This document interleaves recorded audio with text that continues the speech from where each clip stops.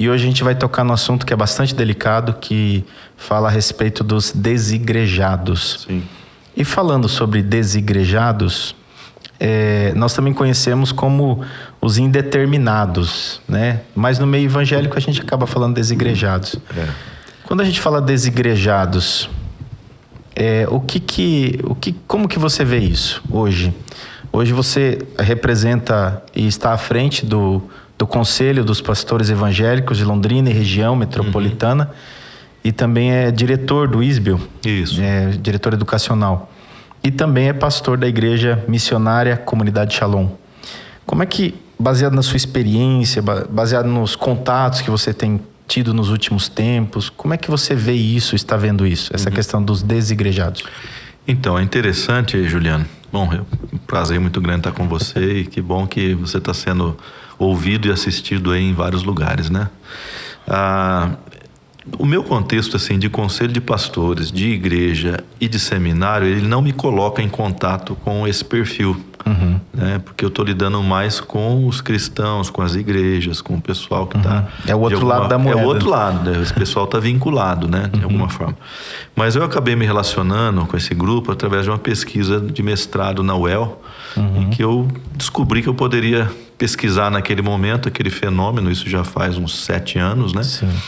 E aí comecei a conhecer pessoas, comecei a me articular com pessoas para poder entrevistar e conhecer um pouco mais da história, né? E aí eu pude ver um outro lado, porque eu, como pastor e como líder, talvez eu tinha uma visão um pouco distorcida desse perfil, né? O próprio termo desigrejado é pejorativo, né? E eu descobri isso lidando com essas pessoas desinstitucionalizadas ou desvinculadas. Que elas não gostavam desse termo também. E descobri que esse pessoal não é o famoso não praticante, não é o famoso desviado que a gente tem no nosso vocabulário eclesiástico, né? Na verdade, são cristãos que continuam com a sua fé, continuam com a sua prática, são piedosos, né? Têm um envolvimento assim no reino de Deus em termos de trabalho muito efetivo, mas eles se desvincularam das instituições, né? Das igrejas instituídas. Então foi muito interessante poder conhecer esse outro lado, ouvi-los também, né? E então, compadecer também da situação deles nesse sentido, né? Então você fez um trabalho científico, uma pesquisa para o mestrado. Exato. E esse foi o tema e o assunto que você abordou, então. Exato. Deve eu queria ser bastante... alguma coisa na sociologia da religião naquela época, você já né? entrou. Então, fiquei procurando alguns movimentos, fenômenos, e de repente, conversando com um amigo, ele falou, tem um grupo aí que está crescendo pra caramba, né?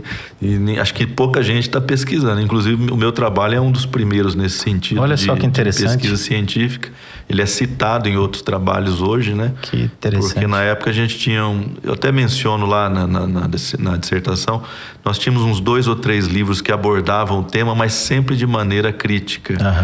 Criticando o pessoal, dando uma bronca no pessoal, né? Puxando a orelha deles. Exatamente. Eram livros mais pastorais, né? Escritos por pastores, inclusive. E aí eu fui ver um outro lado disso aí. Então foi bem interessante essa experiência. Isso que você falou é importante, falar que eles não romperam com as confissões do cristianismo. Eles mantêm... Em geral, não. Eles não romperam em geral, né? E eu fiz uma pesquisa rápida baseado nesse assunto que nós estamos falando. São pelo menos 4 grupos, né? Que são aqueles que estão sem instituição denominacional. Esse é um grupo. Tem um outro grupo que são aqueles que são feridos, machucados em nome de Deus. Tem até um livro sobre isso. Isso. E também tem aqueles outros que eles são os informais, no sentido de não ter uma denominação, um nome, uma placa, mas se reúnem nas casas, em alguns em hotéis, e outros até em escritórios, né? Em café, no cafezinho, reúne ali coisa um grupo, mais intimista, na praça, né? intimista. E tem crescido muito esse movimento, né? E o quarto, que a gente viu aí, principalmente depois da pandemia, que é pela internet, os cultos online, os eventos online e vídeos, né? Por exemplo, nós estamos aqui, é uma entrevista, é um bate-papo, mas as pessoas acabam seguindo, cada vez que a gente se reúne com alguém, eles querem desfrutar ou experimentar esse conteúdo que a gente traz. como que você vê isso, assim, essa questão do... Eles saíram, não abandonaram a fé, pelo contrário, eu acho que quando você desvincula de uma instituição denominacional, aí que você precisa realmente experimentar a fé, porque lá existe toda uma estrutura. Exato. E como que é essa caminhada, baseada na sua pesquisa e tudo, então? Acho que é importante a gente destacar o seguinte. Primeiramente, como que esse pessoal foi identificado? 2 fatores. Um interno e outro externo. Então, os pastores começaram a identificar pessoas que não mais queriam uma vinculação muito estreita com as igrejas locais, ou com as denominações. Em função disso, até passaram a tratar essas pessoas como desviados e pessoas que abandonavam a fé, que não era o caso muitas vezes. Os apóstatas, né? O fator externo foram as pesquisas realizadas pelo próprio poder público, né? Como, por exemplo, a pesquisa de orçamento familiar, que identificou 6 milhões em 2009, e o próprio censo de 2010, que identificou 9 milhões de pessoas desvinculadas. Agora, a gente tem que ter um pouco de flexibilidade ao analisar, né? Não são 9 milhões de pessoas que são evangélicas, desvinculadas de suas denominações? Nem tanto. Né? Em parte, sim. Há um grupo que diz, olha, eu sou evangélico, ou seja, eu tenho uma tradição evangélica, de repente nasceu numa igreja, foi criado numa igreja, tem uma confissão de fé evangélica, mas ela não tem a vinculação. Então, eu creio que há um grupo muito grande nessa condição. Quais são os fatores de desvinculação? N fatores. Desde decepção, de conflitos internos, tá incomodado com alguma situação que está acontecendo na igreja, etc. e tal. Mas tem também um grupo que eu digo assim, ele é desigrejado não porque ele não tem igreja, é porque ele tem muitas igrejas. E aí nós entramos nisso que você falou, né? Eu tenho uma experiência intimista com um grupo aqui na casa de alguém, ou num hotel, ou num cowork, alguma coisa assim. Eu tenho 2 ou 3 referências que eu sigo na internet, né? De vez em quando eu passo por aí em alguma denominação, alguma igreja, para ver o que está rolando. Você entendeu?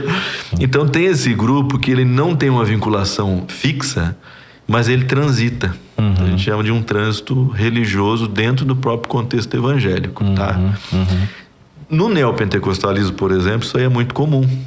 Então, o indivíduo é da Universal, mas ele é também da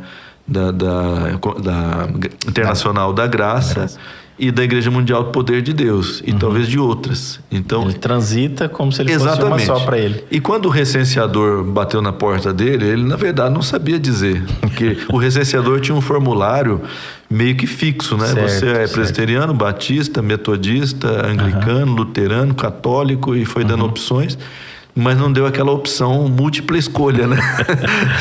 Eu sou de todas, né? Então, dentro desse grupo, a gente tem que discernir que há um grupo que está desvinculado completamente. Certo. Né? E consumindo, uso esse termo aqui num sentido positivo, sim, tá? Sim. Consumindo o produto religioso através da internet ou através de outros tipos de reuniões.